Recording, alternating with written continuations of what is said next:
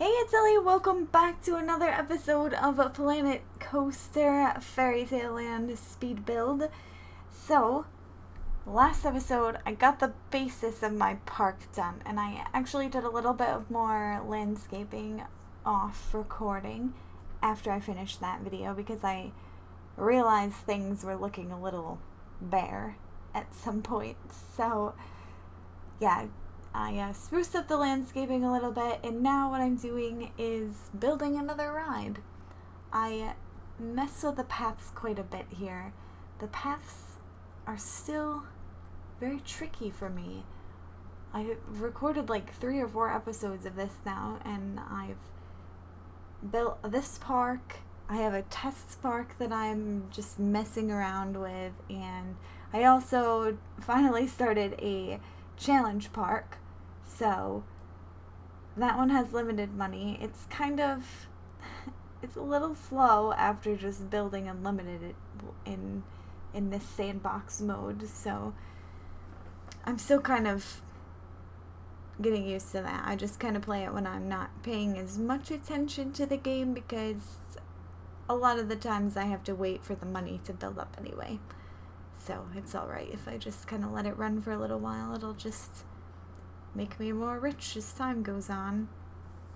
But I definitely prefer, so far, sandbox mode just because it lets me be as creative and crazy as I want. I can make the park look really nice, which is important to me. The problem I feel like with this game versus Roller Coaster Tycoon, and this is like the only thing that I dislike about it, I have to say.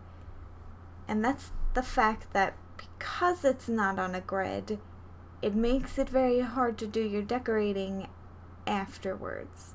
Like, I feel like it's much easier to go through and decorate it all as you build it to make sure that you have enough space for whatever shops and whatnot that you want to put in. In Roller Coaster Tycoon, because it's on the grid, if you even have just one small square open, you can put a shop there. Like, it'll be okay. But for this, and especially because I'm doing a themed park, I don't have just one tile for a shop. So I really have to kind of plan everything out, and for that reason I like doing sandbox the most versus challenge mode.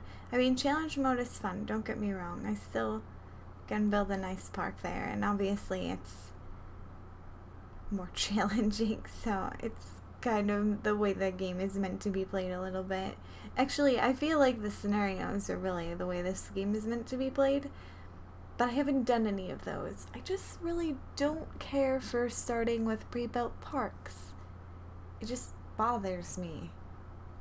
I feel like I have to match the style of that park, and I don't necessarily always want to, and I have different ideas than what the park creators made, and also just in general, I just want to build it myself. Like, I don't know, I just don't like starting with all the pre-built stuff.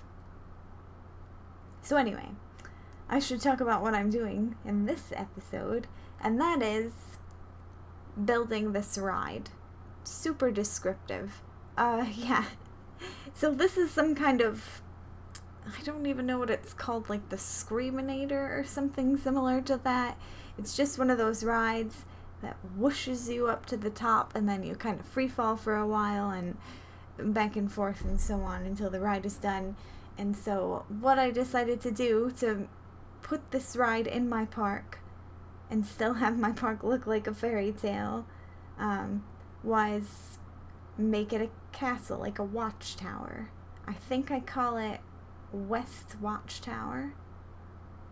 I'm pretty sure that is a little hint to Skyrim, because the West Watchtower of Whiterun is kind of important in the series. But anyway, so yeah, I'm just kind of making a giant tower with the castle walls. It's not very exciting to watch this part, but later through the rest of the video because I'm basically done with this walls here now. I'm just trying to get some ambience going. So I put some like fog underneath it and some nights, and I try to make it a little bit more eerie than just like a plain watchtower. And so basically I'm kind of going for, I don't know, like a spooky watchtower ride. I actually took a lot of inspiration from, and I don't even know if this is the name of it, but I think it's called the Tower of Terror in Disneyland? Disney World? I think that's Disney World. It's the elevator ride to do with the Haunted Mansion, I think. Maybe they're two separate things. I don't know. I've never been on the ride. I don't really care for those kinds of rides. And I was a little young when I went to Disney World to ride that kind of ride anyway, so yeah, I've never been on it, but I feel like the concept of the ride is kind of the same. You go up a long tower and kind of free fall for a while, and so that's what I was going for with the ride. I think it worked out okay. Looks decent.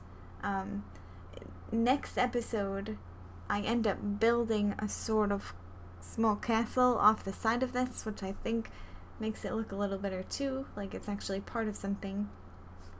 And that ride is like a haunted ride. And I'm sure I will talk a lot more about it in that episode, next episode. But I'm basically doing, I don't know, I would say maybe a living storybook kind of for my fairy tale park.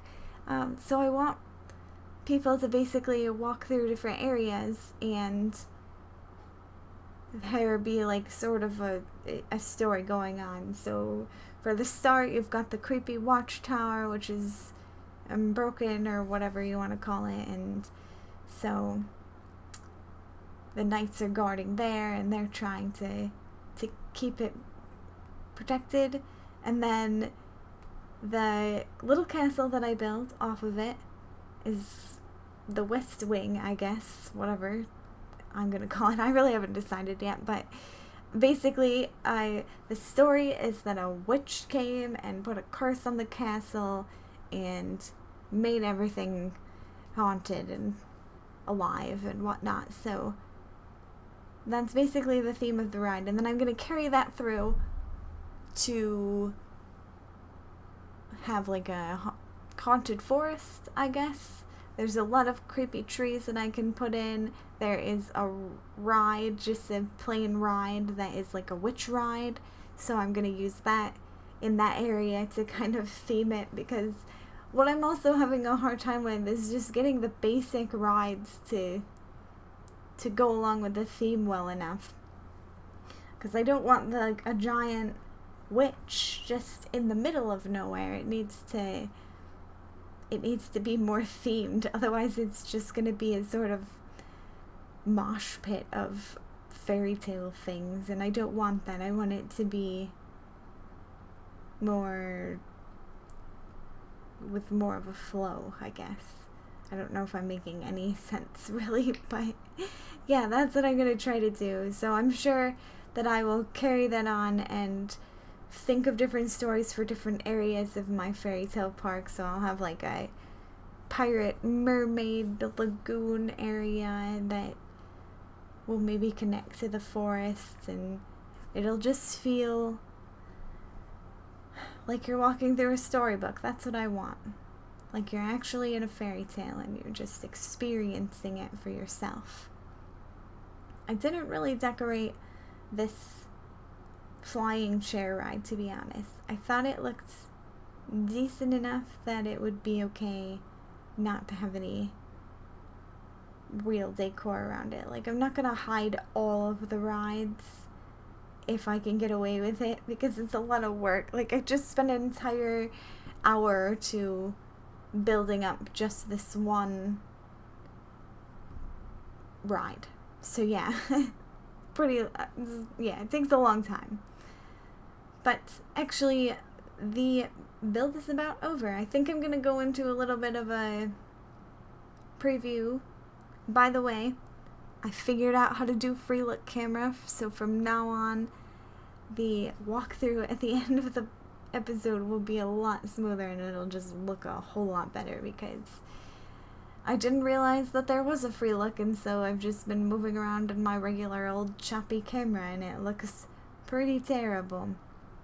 So yeah, here's the start of all the sort of haunted ambience kind of stuff.